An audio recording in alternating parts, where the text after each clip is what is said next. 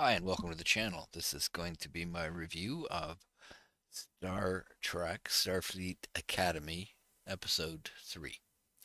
So, I did the review of 1 and 2.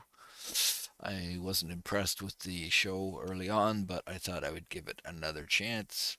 Um, often a new show, everybody's still getting their feet under their characters and etc. etc. So you can't always count on what you see in the first couple of episodes, and that's the reason I've gone to the third episode. And unfortunately, um, pretty much everything I didn't like about the first two episodes uh, carries over into three. It's no real improvement. Again, it's not a horrible show like some people. It's supposed to be Star Trek, but it's not. It's written for. They've even said the creator said it was meant for a younger audience. Um, I guess it is. It's kind of high school drama, is what most of the show is about. Not very much. Well, I mean, not really that much Star Trek in it. Although it is Star Trek Starfleet Academy, but uh, there's still no improvement. The writing is still pretty juvenile. The humor is pretty juvenile. um, the characters is a lot of the biggest failing of the show is the characters themselves.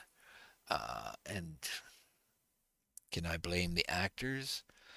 No, because they're only as good as the material they're handed. I think the writing for them is bad, but there's just so many things that bother me about this show.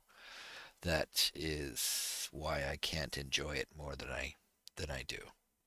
And on the screen is one of the biggest things that annoy the shit out of me, and that's Holly Hunter. Fine actress. She's been in a lot of good stuff, but totally unsuitable for the commandant or whatever you want to call her of Starfleet Academy. She's not even fit to be really in Star Trek.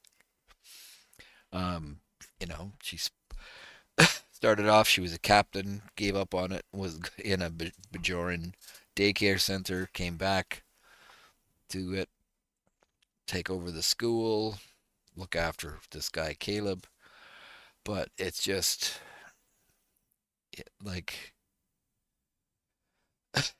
Star Trek, Starfleet is a quasi-military thing, and she's just totally unsuited for somebody who's supposed to lead people. Uh, the like it's 1,000 years in the future, and they don't have hairbrushes there. Her hair always looks like it's a rat's nest. Uh, that's a lot of the stuff. Like she wears eyeglasses. You got to tell me in 1,000 years they can't get rid of eyeglasses? The very first episode, there's somebody in a wheelchair. You're going to tell me in 1,000 years they aren't able to help people that would be normally confined to a wheelchair? There's so many things like that.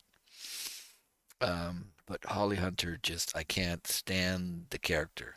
She slouches in a chair. She walks around in bare feet with some really weird shit on her feet that is supposed to be, it's like jewelry, but it's, I guess, supposed to be a sock. She lounges on people's furniture instead of sitting up, even when she's in the captain's chair of a starship and supposed to be trying to command respect. She doesn't even do that. She's just slouched. It's like she hasn't got a spine in her body or something. It just not, and I can't understand what the hell she's saying half the time. I don't know what it is with Star Trek and picking people who you can't understand. In Strange New World, the Doctor, I kind of like his character, but I can't understand what the hell the guy's saying half the time. Um, yeah, it's ridiculous.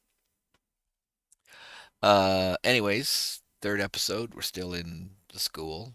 Caleb's still thinking that he's going to leave the school to go find his mom, who hasn't bothered finding him. But anyways, that's beside the point. They start off in the gym doing some stuff. Now, why the hologram person needs to be in the gym going and doing exercises? Like, isn't it pointless? Uh, Exercising is not going to put muscle mass on a hologram. So this fat hologram is there, participating with everybody else. I guess they wanted the, the thing to have the same experiences, but running, it'll never get tired or shouldn't get tired, unless I guess they could program that in, but it's still not realistic. But anyways, you know, okay. Why do they do it? I don't know. They just decided to do it. But you meet at the end of the second episode, the Betazoid chick that Caleb's kind of interested in goes into the more military portion of Starfleet Academy. So this whole episode is the rivalry between Starfleet students and the military academy students, which is where Caleb's girlfriend, or he wants her to be the girlfriend, or whatever. I don't know what the hell the two of them are doing. But it's just the basic high school shenanigans. They're pulling pranks on each other. They're um, trying to one up each other. They're using, again, bad part of the writing. They're using like 20th century our time, like the one whatever race she is flips people the bird. Well, do you think that's going to be a thing in 1,000 years? They use like our modern language will not be around, I would think, in the same form in 1,000 years, and yet they don't seem to have thought that either the actors couldn't handle it or they just can't write around it. Why don't you have something that is appropriate potentially to the time place? No, because you're trying to attract a younger audience. So, let's do every, you know, trope for young people nowadays. Let's do that instead of writing a good character. Because I guess young people don't like good characters or good writing or common sense or whatever. But they get the military academy hacks into the transporters and transports a bunch of the students who were in the shower, um, just standing around, except for one guy was holding a towel around his waist, and they transport them out into the general public, so they're all in their underwear. Or Caleb, of course, drops his towel because they spend for a show that's supposed to be trying to be modern and not and DEI and all this kind of stuff. They sure want to show the guy's buffness all the time, either a tank top, but usually just no shirt on. So they show the other guy that was from the rich family. He's exercising, and of course he doesn't wear a shirt because that's what they want to do. They want to make it teen heartthrob time. So yeah, so they get taken advantage of, and they want to get revenge. You see them going through some training stuff with the sergeant major yelling at them the whole time, abusing them, which is, do you really think that would again be, if you're in such woke times, that some people would be having hurt feelings and stuff like that, so that would never be allowed. But Jemadar slash Klingon mix, uh, got to scream at them because that's what they thought would be appropriate.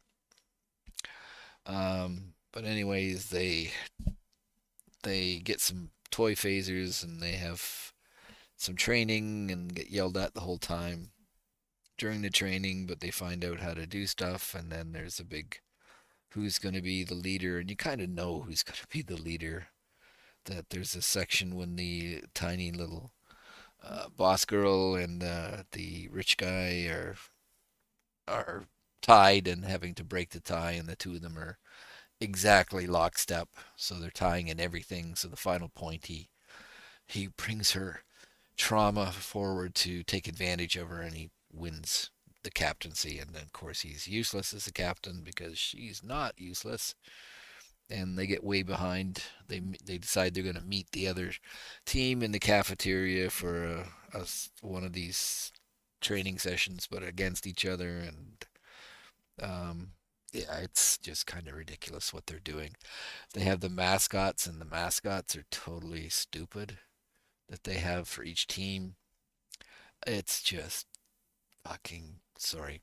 It's just such shit. I, again, I'm trying to like the show. I'm trying to give it a chance, but it is god awful. Anyways, that their match in the cafeteria or the central concourse, more likely, it's a better description of it. They get discovered and they're told to break it up, but so Holly Hunter is while she flops around in her chair, is secretly giving them signals about she wants them to do a final match against the academy, and this is the kind of things that they can, or final prank, and this is what they can do to prank them. And they figure out what she's secretly trying to tell them when they use these plants here and some uh, growth hormone stimulant so that they will accelerate their growth, and they put them in the washrooms, or I'm not sure where it is, in the bunks in their rooms, and they grow overnight and scare them all, scare the War Academy students, and then that's it's not allowed to go any farther than that. The head of the War College concedes, and yippee, everybody celebrates, and they get the team jackets, and they're all bonding together, and all the kind of crap you would expect in some kind of high school drama. What this has got to do with Starfleet and becoming Starfleet officers, which is that's the whole point of the academy, is to train. They say it themselves, the brightest, the best and the brightest. Well, these losers are the dumbest and the stupidest and most useless people. So they're training them to become Starfleet officers. It's just, again, that's part of the dumb part. They haven't shown a single person really with much in the way of competence. If they do have competence, then they're arrogant or whatever, or a girl boss or something like that. But uh, yeah, it's this episode, other than I guess moving the story ahead, where Caleb's kind of getting to the point where he wants to join a team instead of taking off on his own, which is what Holly wants in the first place. Holly Hunter.